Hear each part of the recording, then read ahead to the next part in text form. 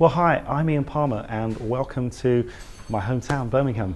I'm doing a tour at the moment with a band called The Ghosts, which is a band which I set up a couple of years ago now with a friend of mine, Alex Starling, who's the lead singer in the band. Hopefully you've heard a couple of the singles that we have done over the last 12 months. We're on tour at the moment supporting a single called Underrated, which is doing really well at the moment and is getting quite a lot of radio play, I'm happy to say. The drums that I'm using are Yamaha 9000 recording custom drums, with the exception of the snare drum, which is a Yamaha sensitive maple snare drum. The cymbals that I'm using are Zildjian cymbals. The sticks that I use are Vic Firth sticks. Vic Firth, probably the most popular Vic Firth model actually, the 5A American custom sticks with wooden tips. And the heads that I'm using are Remo drum heads. So let me tell you a little bit about the drums in detail.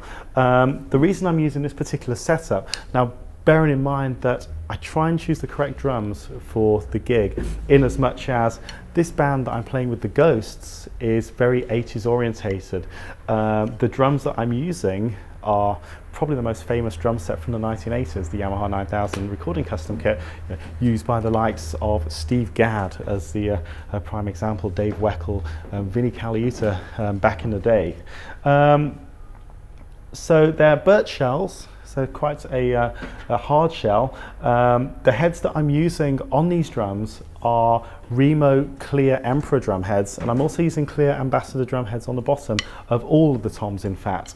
The snare drum, as I said, is a maple snare drum. I'm using a coated Ambassador, which is probably the most famous snare drum head of all time, I guess, and also an Ambassador snare head on the bottom side, which I know it's pretty difficult to see from that camera angle, obviously. So, and finally, the bass drum is the head that I'm using on here is a clear Power Stroke 3 head, which I think works well. I'm not a great fan of lots of dampening on the drums. My approach generally is that I like to think that the drums are fairly well tuned, so that's quite an important thing for me, the sound of the drums. And also, importantly, the feel of the drums, the way they feel. They're all tuned quite low, including the bass drum. The snare drum actually is fairly low as well, with a minimal amount of dampening on. They sound like this. So if I just work the tom-toms for you.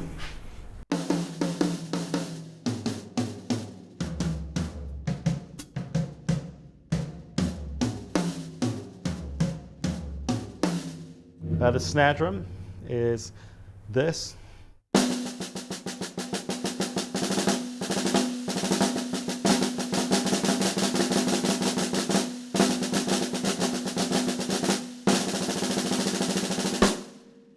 And the bass drum sounds like this.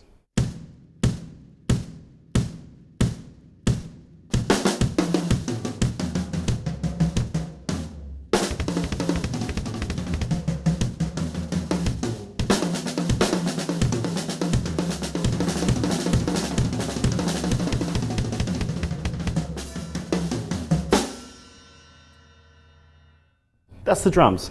Cymbals are Zildjian cymbals. I have my roots really are in playing jazz music. I'm a big fan of drummers such as Elvin Jones, Tony Williams. So I really like hand-hammered cymbals. These cymbals that I'm using, the hi-hats, are the K series, which are the hand-hammered series of Zildjian cymbals. They're not finished in the same way as the other cymbals. In fact, they're not finished at all. They're not lathed, as they, I believe, call it. But they're really dry. These are called custom special dry hi-hats. The way I like them EQ'd is certainly probably a little bit more top on them than perhaps I would, and it seems to work well for this band for sure. So the hi-hat sounds like this.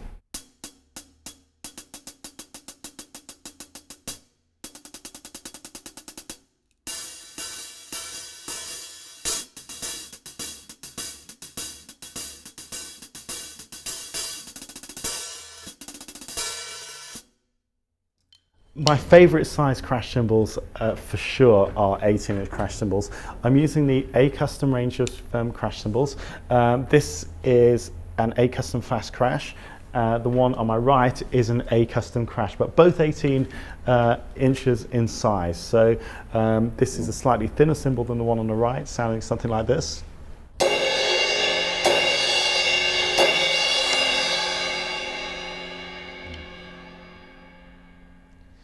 and the one on my right hand side.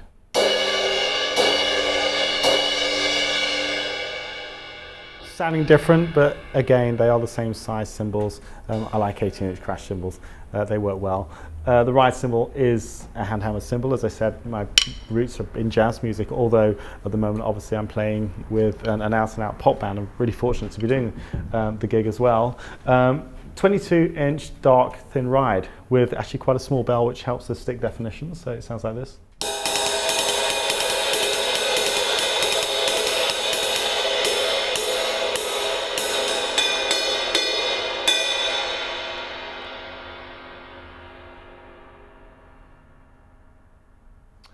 And finally, just on my extreme right-hand side here is a custom dark complex ride, which I always think sounds sort of reminiscent of the old K cymbals that Tony Williams would have used on some of those famous recordings with Miles Davis way back in the 60s. So it sounds like this, and it's also, as you can see, has a chain on it, which actually is meant to be simulating the sounds of rivets on cymbals. It sounds like this.